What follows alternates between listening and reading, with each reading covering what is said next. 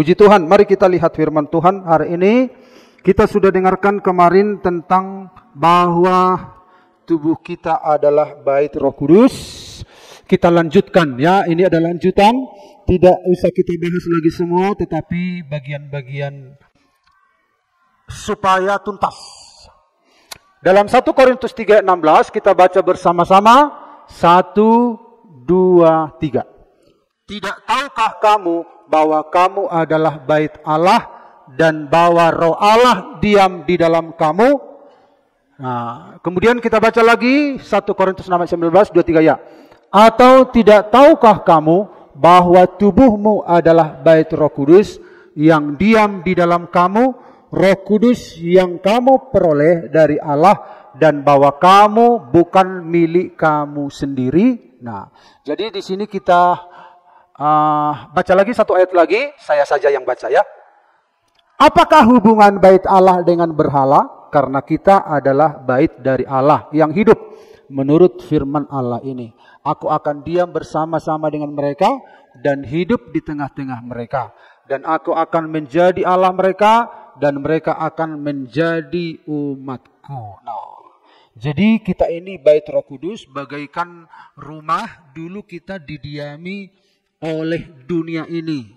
Nah sekarang ketika kita percaya pada Yesus, kita didiami oleh Allah. Artinya yang menghuni rumah itu sekarang adalah Roh Kudus ya. Jadi seperti tubuh kita ini ya, dulu didiami oleh kuasa kegelapan. Ketika kita percaya kepada Yesus, tubuh kita menjadi bait Allah ya. Nah makanya firman Tuhan kemarin itu judulnya adalah tubuhmu adalah bait Roh Kudus.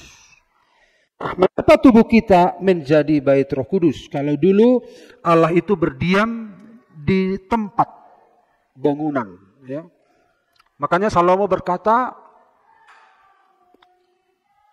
bahwa bangunan yang dia buat itu tidak cukup untuk memuat Allah yang maha besar itu ya. Tidak cukup karena Allah itu besar, dahsyat, dan dia adalah roh. Tidak bisa dilihat tetapi dia nyata. Nah, tetapi pada akhirnya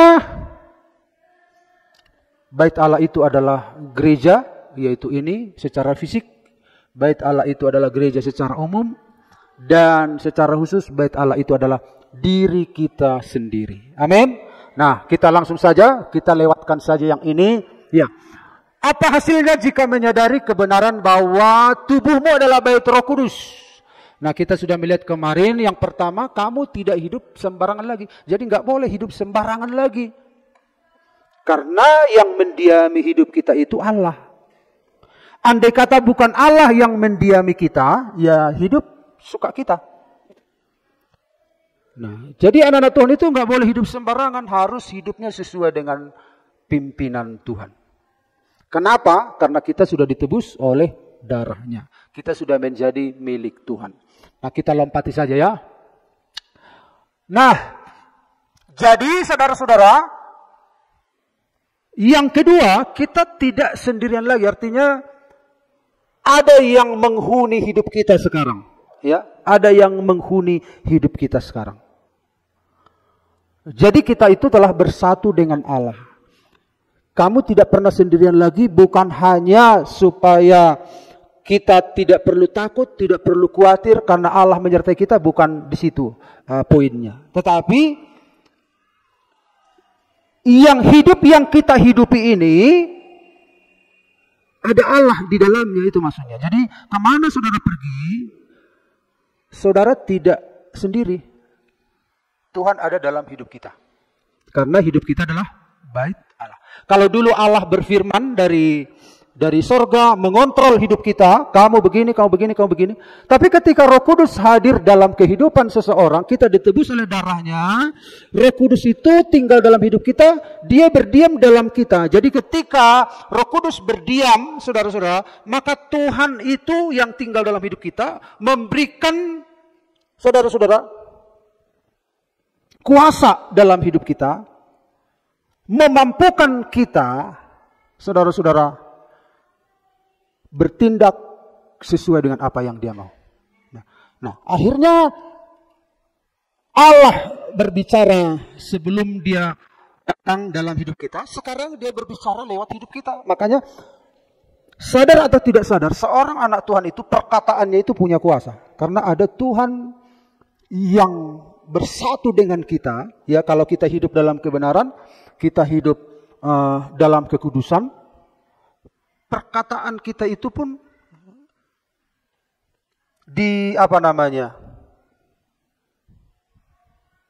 didampingi oleh Tuhan. Ya. Makanya berkata-kata itu harus hati-hati. Ya. Kadang-kala kita berkata, Tuhan berkatilah anakku. Lalu tidak lama kemudian, Tonion. Nah itu. Nah di satu sisi, kita berkata pada anak kita, aku percaya anakku ini akan diberkati oleh Tuhan. Tapi di sisi lain, goblok, bodoh, botol. Nah itu, di satu sisi kita buka jalan untuk dia, di sisi lain kita buat palang di hadapan dia. Jadi perkataan itu harus hati-hati. Kalau dulu kita, saudara-saudara, memang harus kita tetap terapkan itu ya. Kita merendahkan diri di hadapan Tuhan. Tuhan, pakailah hidupku Tuhan.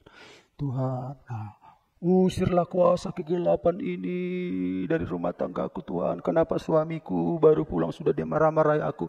Padahal aku sudah ngil-ngil. Tahu ngil-ngil? Udah berusaha aku senyum Tuhan. Tetapi dia baru datang langsung marah-marah sama saya. Tuhan, Tuhan, nangis-nangislah ibu ini.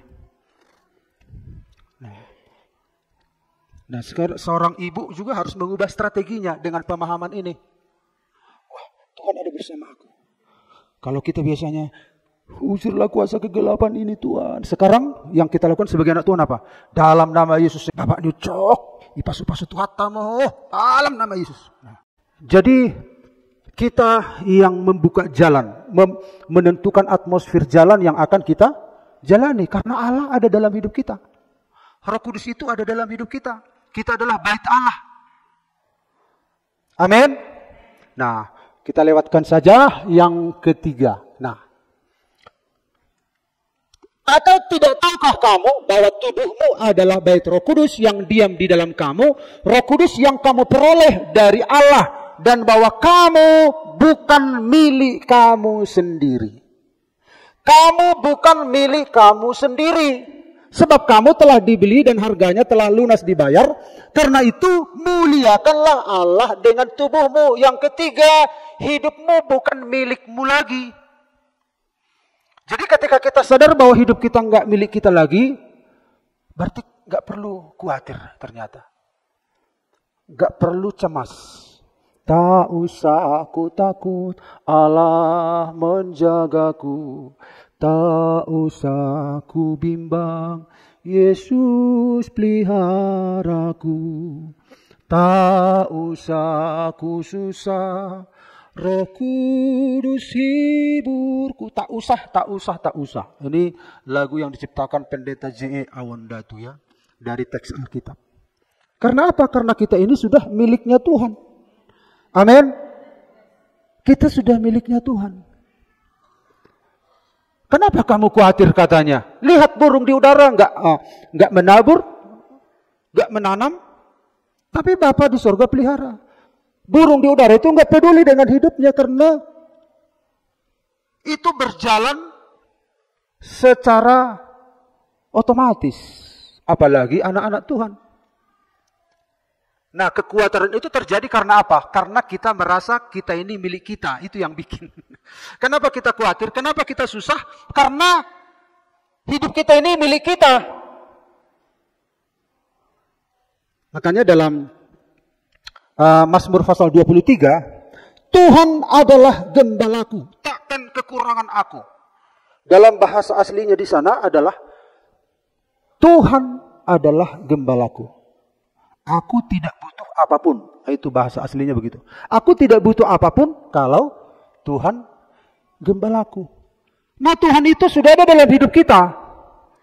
Kita ini baitnya, kita ini rumahnya. Nah, misalnya Bapak Ibu membeli sebuah rumah. Saudara beli rumah sah, lunas. Tahu yang punya rumah datang. Jangan ini ya, jangan putar kerannya ini ya, jangan sembarang ya, jangan ini ya. Lalu datang dia masuk ke rumah, ditengoki kulkas, ditengoki apa. Lalu kita yang sudah beli rumah, ngapain lagi ke sini? Ini kan sudah rumahku. Nah, saudara berhak karena apa? Sudah menjadi rumah saudara. Gak ada hak pemilik lama di situ. Entah diapain rumah itu hak pemilik baru.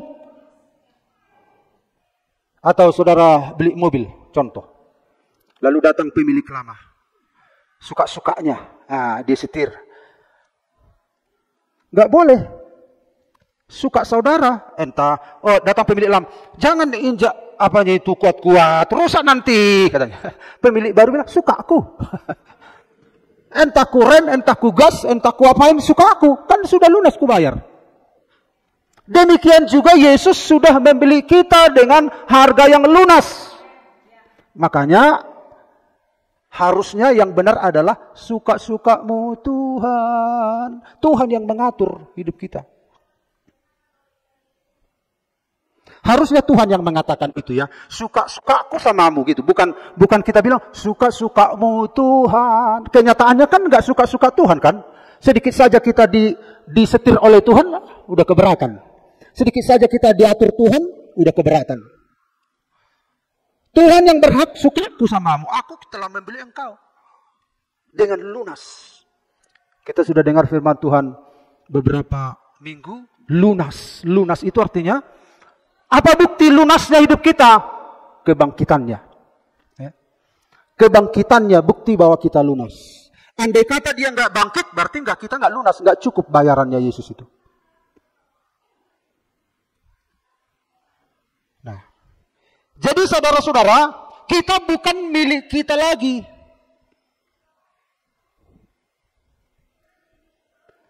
Kenapa kita seringkali Bapak Ibu ya? Takut dengan masa depan, khawatir, karena kita merasa milik kita. Nah, saya pun belajar demikian ya, saya belajar. Saya seringkali berpikir, Tuhan kenapa saya kayak berat kali mendoakan ini, mendoakan ini, mendoakan ini. Seolah-olah saya yang tanggung semuanya, lalu saya memohonkan kepadamu seolah-olah bukan engkau pemilik. Akhirnya saya mengubah doa, Tuhan itu milikmu. Itu milikmu Tuhan. Aku percayakan padamu Tuhan. Nah, segala sesuatu baik, rumah tangga, anak, masa depan mereka, kuserahkan samamu. Itu milikmu. Jadi seringkali sepertinya kita lebih penting daripada Tuhan. Kita seolah-olah lebih ingin anak kita maju daripada Tuhan sendiri. Keinginan Tuhan itu jauh lebih tinggi daripada keinginan kita. Karena kita ini miliknya. Tuhan itu tidak bodoh. Dia itu hidup. Dia berkuasa. Jadi kalau kita menyadari bahwa tubuh kita ini menjadi miliknya. Kita ini adalah bait Roh Kudus.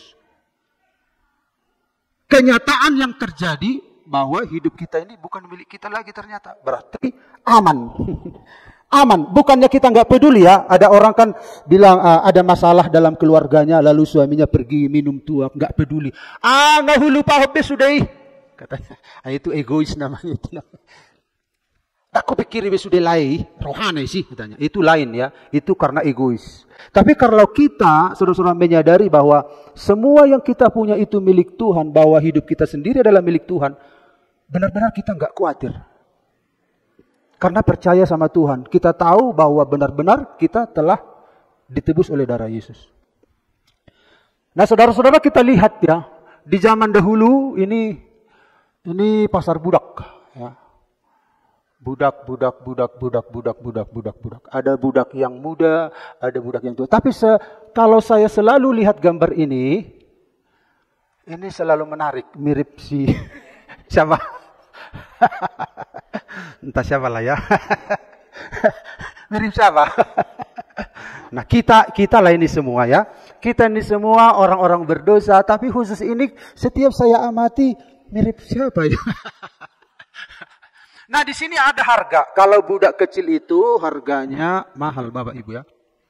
Karena dia banyak waktu untuk dipakai oleh tuannya. Jadi kalau budak zaman dulu itu sejajar dengan rengge-rengge. Tahu Bapak Ibu rengge-rengge? Misalnya mau lodong merengge-rengge di Tiga Raja, adong tomat, adong sayur, adong gadung. Kemudian di sisinya ada orang. Jadi zaman dulu Buddha itu disejajarkan dengan jualan yang lain. Nah, Buddha itu ada yang mudah, ada yang kuat. Nah, ini mahal ini. Karena apa? Tenaganya bisa dimanfaatkan. Bisa jaga rumah, bisa memikul bahan-bahan hasil ladang. Nah, kalau dia perempuan yang jelek, mungkin dia di ladang. Kalau dia perempuan cantik, mungkin dia di rumah menyediakan makanan. Gak mungkin kan perempuan begini menyediakan makanan. Kalau datang tamu, gak menarik. Memang begitu kenyataannya perbudakan zaman dulu. Ya. Kadang-kala juga diambil oleh tuannya, ya. Jadi istrinya dimanfaatkan, ya. Nah, ini orang tua. Nah, orang tua harganya murah. Kalau budak zaman dulu, orang tua harganya murah. Kenapa harganya murah? Karena sudah kehabisan tenaga. Ya, sedikit lagi akan berangkat. Makanya harganya murah. Paling-paling tugasnya apa? Sempat juga saya baca di sejarah Batak, kalau rumah itu rumah seorang raja kaya, itu orang tua menjadi tangga ke rumah. Jadi baik anak-anak, muda-mudi, perempuan, orang tua, yang jelas budak. Harganya bertingkat-tingkat. Demikian juga hidup kita ini sudah diperbudak oleh dosa. Dan akibat dosa adalah hukuman. Jadi manusia itu sudah berada di bawah hukuman Allah. Kita sudah diperbudak. Baik orang muda, baik orang tua, baik pria maupun wanita, kita sudah diperbudak. Dan akibat dosa adalah kematian. Jadi kita ini semua sudah ada di bawah hukuman. Lalu datanglah seorang pangeran. Pangeran. Orang yang kaya raya. Lalu dia membeli semua budak ini. Supaya apa? Supaya tidak dihukum. Mereka-mereka ini adalah budak-budak dosa. Sudah berada di bawah hukuman. Nah, datanglah Yesus. Dia membeli kita supaya tidak dihukum. Jadi Yesus membeli kita, menebus kita dari murka Allah. Yesus tidak menebus kita dari iblis, ya. Bapak Ibu harus tahu ini. Tidak ada transaksi antara iblis dan Tuhan dalam penyelamatan. Kalau ditanya, dari siapa kita ditebus? Oh, dari iblis? Enggak. Tapi dari hukuman murka Allah. Jadi Yesus membayar harganya, darahnya kepada Bapa karena kita ada di bawah murka Allah. Akhirnya kita dibeli dengan darahnya. Dia memikul segala akibat dosa kita di dalam dirinya. Dia memikul. Kita belum berbuat apa-apa, dia sudah mati untuk kita. Makanya disebut kita dibenarkan. Oleh pelanggaran kita, dia diserahkan. Oleh karena pembenaran kita, dia mati. Dia bangkit. Nah, jadi Yesus mati untuk semua manusia. Bukan sebagian manusia, semua manusia. Yesus mati untuk semua manusia. Dari berbagai agama, dari berbagai suku, dia menebus kita kepada Allah. Dia membayar harganya kepada Allah. Dia memikul segala dosa kita di dalam dirinya. Harusnya kita yang dihukum, tetapi dosa kita ditimpakan ke dalam tubuh jasmani Kristus. Akhirnya Bapa menimpakan murka kepada putranya. Dan kita bebas. Dia membeli. Nah, tetapi kenyataan ini harus supaya menjadi realita dalam hidup kita, kita harus berbalik. Ini nih, orang ini sudah berjalan ke sana, tahu-tahu dia berbalik. Berbalik tahun 2022, dia bertobat. Metanoia, pembaharuan pikiran. Pembaharuan, pembalikan arah hidup. Dulu hidup kita menuju ke sana, sekarang berbalik. Metanoia. Meta itu artinya pembaharuan atau transformasi. Noia, nous, pikiran. Memang Yesus sudah mati untuk semua manusia, tetapi efeknya itu terjadi bagi semua orang kalau terjadi metanoia, pertobatan. Makanya kenapa diberitakan berita pertobatan? Karena memang Yesus sudah mati untuk semua manusia. Coba Yesus tidak mati, tidak ada juru selamat. Tahu-tahu diberitakan pertobatan, bertobatlah katanya. Enggak ada artinya. Enggak ada artinya. Kenapa diberitakan pertobatan? Karena sudah ada yang menggantikan.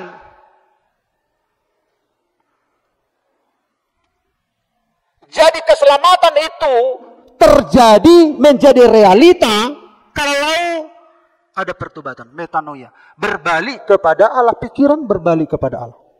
Kalau kita lihat saudara-saudara, Markus 1 ayat 15, katanya, waktunya telah genap, kerajaan Allah sudah dekat, bertobatlah dan percayalah kepada Injil. Kisah Rasul 2:38, jawab Petrus kepada mereka, bertobatlah dan hendaklah kamu masing-masing memberi dirimu dibaptis dalam nama Yesus Kristus untuk pengampunan dosamu, maka kamu akan menerima karunia Roh Kudus. Bertobatlah. Artinya orang ini harus sadar apa yang sudah dilakukan Yesus bagi dia. Kenapa diminta bertobat? Karena memang Yesus sudah mati untuk semua manusia. Makanya baik dia agama Hindu, Buddha, Islam, semuanya si pelebegu diminta bertobat. Kenapa? Karena Yesus sudah mati untuk semua manusia. Tetapi itu efektif terjadi kalau orang itu percaya dan bertobat. Andai kata Yesus tidak mati, tidak datang ke dunia ini, berita pertobatan gak ada artinya. Bertobatlah. Untuk apa bertobat? Toh juga sudah berada di bawah hukuman. Jadi kita itu bertobat karena Yesus sudah mati untuk kita. Amin. Pertobatan yang mendatangkan pengampunan dosa itu pertobatan yang mendatangkan pengampunan dosa itu adalah pertobatan yang mengubah arah hidup ke arah Kristus. Kalau dia bertobat hanya mengubah perilaku, saya sudah sering katakan kepada kita, banyak yang bisa mengubah perilaku manusia. Bisa penjara, bisa uang, bisa massa, misalnya. Kenapa kau tidak mencuri lagi? Wah, aku takut dimassakan. Nah, ternyata perbuatan daging bisa berhenti dengan faktor luar, massa. Kenapa kamu tidak merokok lagi? Wah, karena nggak ada uang. Berarti kita berhenti melakukan perbuatan daging hanya karena faktor uang. Tidak ada hubungannya dengan keselamatan. Kalau seseorang tidak mencuri, bukan berarti dia sudah bertobat. Kenapa kamu tidak melawan lagi? Padahal kau kan jagonya kau. Ya, banga ben ngagali-gali bereng mana ngasih tadagiku manubu perno dang mampu bene bereng mana. Berarti orang bisa berhenti meninju orang hanya gara-gara dia tidak sehat lagi. Itu tidak ada hubungannya dengan tidak mendatangkan pengampunan dosa. Faktor luar bisa mengubah orang. Perilaku bisa kita pilih-pilih. Makanya minggu yang lalu kita sudah dengar firman Tuhan, matikanlah perbuatan daging itu oleh roh dari dalam matikan. Bukan faktor luar mematikan. Bukan faktor uang, bukan karena massa, bukan karena penjara menghentikan perbuatan daging kita. Tapi dari dalam kita mematikan perbuatan daging kita. Amin. Nah, kalau kita berhenti melakukan dosa karena faktor luar, itu tidak mendatangkan pengampunan dosa. Tapi kalau kita bertobat, berbalik ke arah kepada Tuhan, arah hidup kita, pikiran yang berbalik kepada Tuhan, Lalu kita berkata, salah ternyata ya mencuri ya. Wah, oh Tuhan ampuni saya Tuhan. Karena firman berkata, jangan. Oh. Lalu kita berhenti merokok contohnya. Ternyata tubuh kita bait Allah, berarti ini merusak tubuh. Ini mendatangkan keselamatan. Bukan dokter yang menghentikan. Bukan karena ketiadaan uang yang menghentikan. Dokter bilang, unang beho pasong sigaret miba. Betul kok doni beri joni. Diperiksa di rongsen. Ternyata TBC. Wah berhenti. Lalu dia datang ke gereja. Wah mau lihat itu hatta. Nga bertobat be amaniaha. Tanya dulu, dia bertobat karena apa? Bertobat karena ditemukan oleh rongsen bahwa di TBC. Berarti rongsen yang menghentikan. Tapi kalau dia tahu tubuhmu bait Allah loh. Jangan rusak. Oh Tuhan. Pikirannya berbalik kepada Allah. Arah hidupnya berbalik. Dia berhenti. Itu mendatangkan pengampunan dosa. Ya atau ya? Saya juga katakan ini sama hamba betul. Oh iya katanya. Makanya cek dulu saya bilang. Apa yang membuat seseorang berhenti perbuatan daging? Di dunia ini banyak orang baik. Tetapi apa yang menyebabkan mereka begitu? Tuhan mau kita itu karena sebuah perubahan arah hidup. Itu yang mendatangkan keselamatan. Bukankah 2 minggu lalu kalau nggak salah kita dengar firman Tuhan. Bahwa berita pertobatan dan pengampunan dosa harus diberitakan. Waktu Yesus naik ke surga 2 hal ini dipesankan. Berita pertobatan yang mendatangkan pengampunan dosa. Karena ada pertobatan tidak mendatangkan pengampunan. Karena apa? Kita sudah dengar tadi. Di dunia ini banyak faktor-faktor yang menghentikan kita. Supaya kita seperti menjadi orang baik. Tetapi kadang tidak ada hubungannya dengan metanoia. Tidak ada hubungannya dengan pembaharuan pikiran. Amin Bapak Ibu. Itu metanoia. Pembaharuan pikiran. Berubah arah hidup kita. Pastikan dulu. Ini orang baik ya. Ini baik karena apa? Karena dilihat istri kah? Atau dilihat suami kah? Atau apa? Karena kita ini otonom semua Bapak Ibu ya. Karena belum semua anak Tuhan sadar bahwa Tuhan ada dalam hidupnya. Kalau sadar, dia akan hidup benar. Dan Tuhan itu melihat. Dan dia ada dalam hidup kita. Nah, kemudian kita lihat. Nah, setelah itu apa? Orang ini sudah berbalik tahun 2022. Sekarang dia mengarah kepada Yesus. Mengikuti Yesus. Tadi lagu kita yang pertama tadi. No turning back. No turning back. Itu ya tadi. Tidak kembali lagi. Tadinya ke sana. Aku tidak berbalik lagi ke sana. Aku harus lanjut. Umurku gak banyak lagi. Aku harus lanjutkan sana. Sekali Yesus tetap Yesus. Nah, tahun 2024, tahun 2025. Apa yang disebut dengan ini? Ini disebut metamorfosa. Meta, pembaharuan. Morpe, itu karakter. Sifat, tabiat. 2 minggu lalu kita baru belajar tentang buah-buah roh itu. Karakter itu diubah. Sifat. Morpe, gambar, bentuk. Karakter kita diubah. Ketika kita sudah bertobat, pikiran kita, sekarang kita metamorfosa pembaharuan karakter. Dari dalam, sifat dasar. Makanya nanti Rasul Petrus berkata, kita mendapat bagian dalam kodrat ilahi. Bayangkan kodrat. Sifat dasar kita diubah karena kelahiran baru. Genetik kita diubah. Haleluya. Kita nggak bisa berubah kalau kita tidak dilahirkan baru. Kita nggak bisa berubah. Genetik kita ini genetik dosa.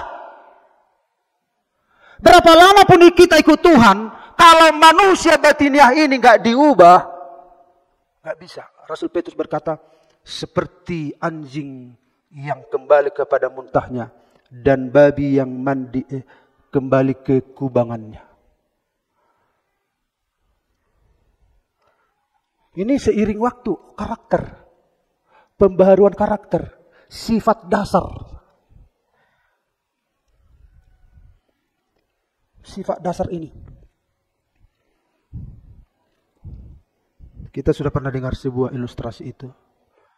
Seorang raja yang minggu lalu sudah saya sampaikan itu. Raja yang punya babi itu. Belum. Sudah. Oh dia Jibata. Oh di sini belum ya. Tapi udah pernah kayaknya. di waktu-waktu yang lalu. Seorang raja yang berduka cita. Dia dihibur. Gak mempan. Banyak bidadari-bidadarinya menghibur dia. Menari-nari. Cemberut, nggak bisa. Apa yang membuat raja kami ini berduka cita? Soalnya kalau raja berduka cita kan kayaknya suam istana ini, gitu kan? Dipanggil penari-nari, tetap cemberut. Akhirnya ada seorang yang pernah mendengarkan. Menteri pernah tahu ada sebuah berita. Kling. Ada seorang yang bisa menghibur raja. Nah, siapa itu? Kata raja. Ada raja seorang yang punya seekor babi. Babinya bisa nari-nari. Nanti kalau raja lihat babi itu nari-nari, wah, pasti terpingkal-pingkal raja melihat katanya. Coba panggil. Soalnya berduka cita raja ini, entah apa duka citanya ini. Lalu dipanggillah punya babi. Tahu kau enggak? Kamu dipanggil raja. Kaget yang punya. Dipanggil. Karena raja ingin dihibur. Kau kan punya seekor babi yang bisa nari-nari, meliuk-liuk gitu. Oh iya. Kenapa? Hibur dulu raja. Oke. Lalu besok. Kapan mau ke istana? Besok kata. Persiapanlah yang punya babi ini. Dimandikanlah babinya. Dibrus pakai Lifebuoy, pakai sampo Sunsilk, pakai tidak lupa Oriflame. Lalu dihanduki lagi, lalu dikasih parfum, lalu dikasih lipstick. Bayangkan, bisa bayangkan ya? Lalu dipakai kacamata, dikasih kalung, lalu ayo. Datang babinya. Nah. Malam harus tampil, siang sudah harus di sana. Kebetulan mendung ya. Kemarin ada hujan. Nah, mendekati pintu istana. Yang pemilik babi sudah wanti-wanti. Aduh, becek-becek di sini. Hati-hati jalan ya, katanya kepada babi ini. Datang babinya. Oke. Tahu-tahu babi ini melihat ada lumpur di situ. Datang punya babi. Udah ku tahu apa maksudmu. Jangan masuk ke lumpur itu. Datang babinya. Oke. Waktu pemilik babi sudah agak jauh, babinya apa? Wow, ada danau, mandi dulu katanya. Mandi dia berguling-guling. Datang pemilik babi. Loh. Wah, udah dimandikan sudah. Dipukuli lah ini. Dasar kau nih. Ayo balik lagi cepat. Waktunya sudah dekat. Dimandikan lagi. Sambil ngomel-ngomel yang pemilik babi. Jangan lagi ya. Dimandikan terus. Nah, kemudian disampo lagi. Ini udah 2 kali lipat biaya memandikan kau katanya. Parfum juga. Dikasih semua. Dikasih handuk, dikasih baju, dikasih lipstick. Lipstick pun itu lipstick istrinya itu dipinjamkan. Udah korban lipstick istriku gara-gara kau. Jangan, bagus. Terus mereka jalan, klik. Nah, tapi pemilik babi sudah sangat wanti-wanti. Jangan sekali-sekali. Walaupun menurutmu itu kolam, itu sebenarnya lumpur. Oke, kata babi. Nah, tapi waktu agak jauh sedikit, ditengok tertarik kali babi ini sama lumpur. Mandi dulu, katanya. Mandi lagi berguling-guling. Akhirnya datang pemilik babi. Dasar babi, dihajar. Gak jadilah kita ke istana kalau gitu. Kau. Nah, kenapa babi itu balik ke situ? Karena naturnya, karena karakternya, karena sifat dasarnya gak bisa diubah. Kita orang berdosa nggak bisa diubah sifat dasar kita sebelum kuasa Roh Kudus firman Allah mengubah hidup kita. Itu disebut dengan kelahiran kembali. Makanya Yesus bilang, kamu tidak bisa masuk kerajaan Allah kalau engkau tidak dilahirkan dari air dan roh. Dari firman dan roh. Karaktermu harus diubah. Harus ada genetik, gen ilahi. Gen lamamu itu harus diganti. Kamu tidak bisa berbuat apa-apa yang dikehendaki Allah kalau genmu itu gen dosa. Dengan genetik yang baru itulah kau mematikan perbuatan dagingmu. Bukan faktor luar. Setengah mati pemilik babi ini memandikan, sampo dan lain sebagainya. Tapi faktor luar, dia bisa berubah dari dalamnya. Balik-balik ke situ. Anak-anak Tuhan belum mengalami transformasi dalam rohnya. Dia akan balik-balik lagi. Kapan bertumbuhnya? Kapan bertumbuhnya?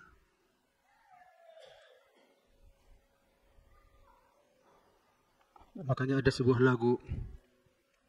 Apa itu? Di tengah. Apa lagunya ya? Hampir terhilang tujuan arah hidup. Apa tahu liriknya itu?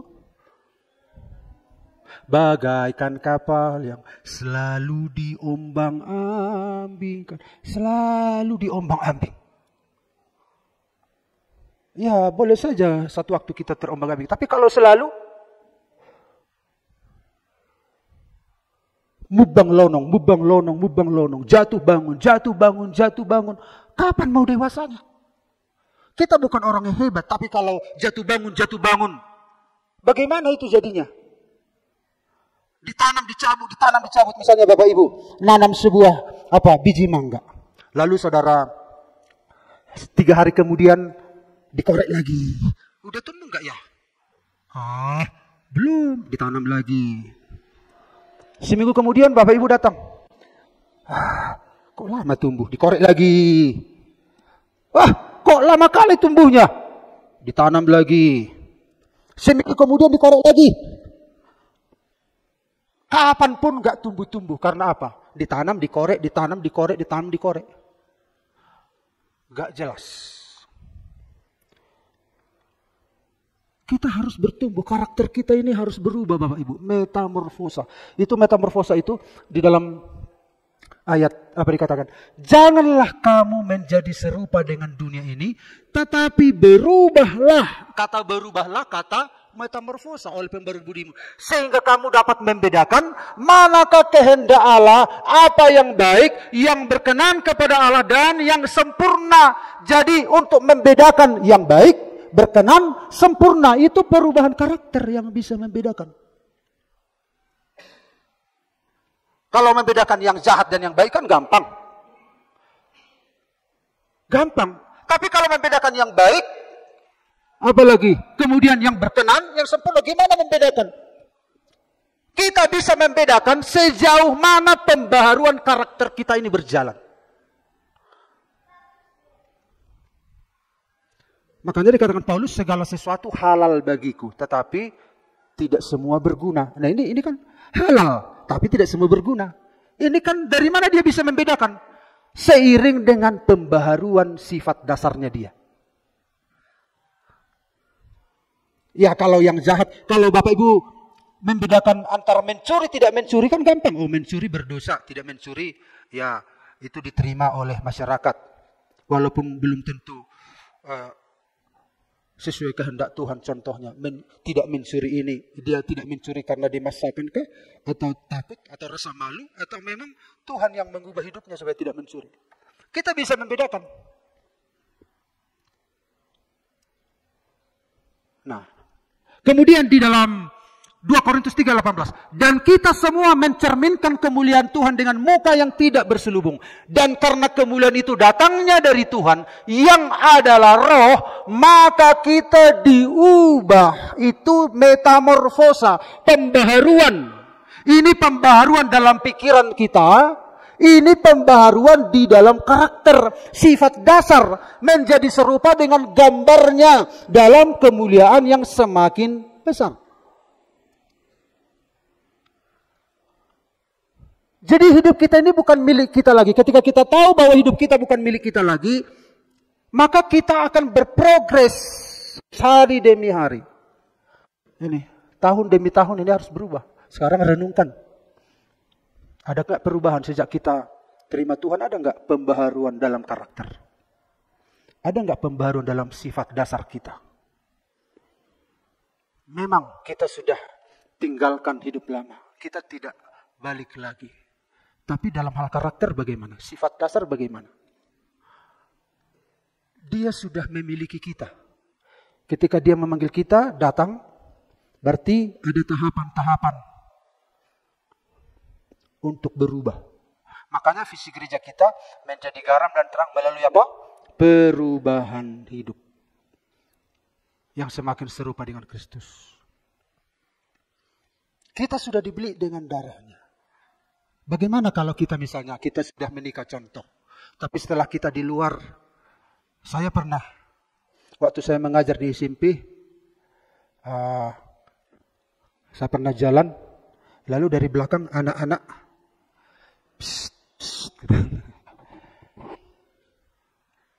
bisa menggoda. Jadi, bisa kita secara daging menyembunyikan siapa kita. Tapi kalau kita sudah menikah, kita harus tunjukkan bahwa kita sudah menikah. Kita harus menunjukkan bahwa kita sudah dimiliki oleh Yesus. Tunjukkan dalam kehidupan sehari-hari, aku sudah menjadi milik Tuhan. Jangan pura-pura masih lajang, contoh ini. Jangan pura-pura masih sendiri, padahal sudah ada keluarga. Demikian juga kita dengan Tuhan. Kita sudah dimiliki oleh seseorang, yaitu Yesus. Amin. Jangan tutupi keadaanmu bahwa kita ini sudah menjadi milik Tuhan. Aku masih kosong. Aku masih bebas. Saudara itu milik Tuhan. Sama seperti kalau sudah menikah, saudara itu harus mengaku, aku sudah punya anak, aku sudah punya istri. Seperti itu juga, aku sudah milik Tuhan. Makanya ada lagu Pendeta Awondatu ya, seringkali kami putar di mobil. Anak-anak ketawa kalau dengar lagu ini. Tapi maksudnya ternyata ini, misalnya lagu itu lucu. Jangan ganggu aku. Ya, jangan ganggu aku. Jangan ganggu aku dong, kata Stephen, ditambah dongnya. Aku sudah milik Tuhan, jangan diganggu. Begitu, itu maksudnya. Artinya kita harus mengaku sudah ada yang memiliki kita. Nah seringkali kan kita merasa bebas. Kita sudah ikat janji dengan Tuhan. Dia sudah membeli kita. Kita ini sudah menjadi haknya. Kita nggak boleh berkata, nggak hakmu aku. Ya kalau begitu kita sudah mati dalam dosa.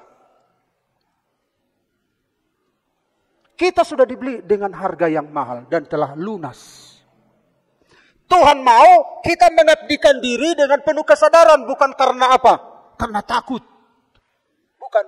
Tapi karena sebuah kesadaran. Pengenalan akan diri sendiri. Pengenalan akan Tuhan. Semakin kita kenal Tuhan, kita semakin kenal diri kita sendiri. Kita nggak sembrono lagi. Dengan kesadaran bahwa kita bukan milik kita lagi, saya percaya saudara akan bebas dari dosa. Saya percaya saudara akan terluput dari segala ikatan-ikatan. Kesadaran akan siapa yang memiliki kita. Itu menolong kita untuk bebas dari jebakan-jebakan dosa.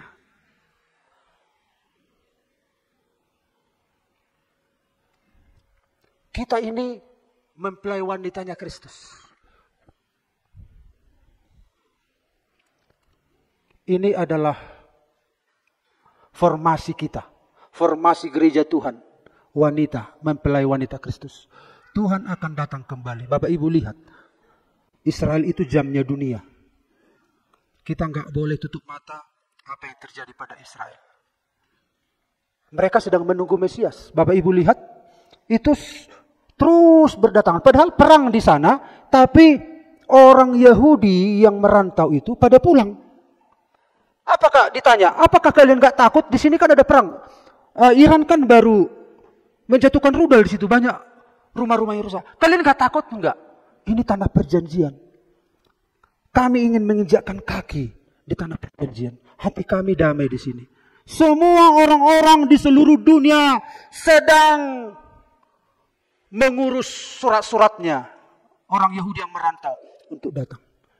Makanya Yusuf waktu mati di Mesir sama seperti orang Yahudi sekarang. Jangan kuburkan aku di Mesir.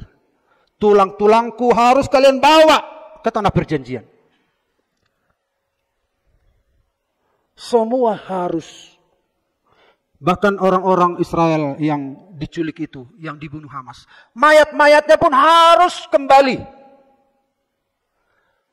Tanah perjanjian. Semua orang Israel sedang menuju ke tanah perjanjian. Mereka nggak takut mati.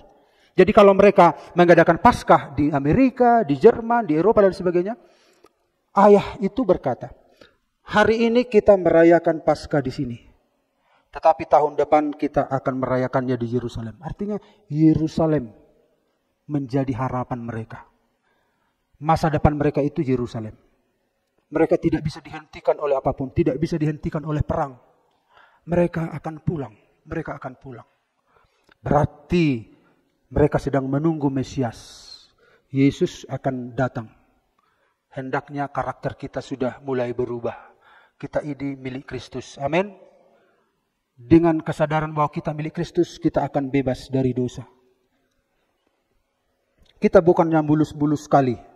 Tetapi Yohanes berkata, kalau kamu berdosa, masih ada pengantara, yaitu Yesus Kristus. Artinya Rasul Yohanes masih menyadari, tidak sepenuhnya kita otomatis ini dengan mudah kita terima. Ada proses-proses. Tapi ketika kita semakin menyadari bahwa kita ini milik Kristus, maka kita akan berkemenangan di tengah-tengah dunia ini. Ini akan mengkawal kita.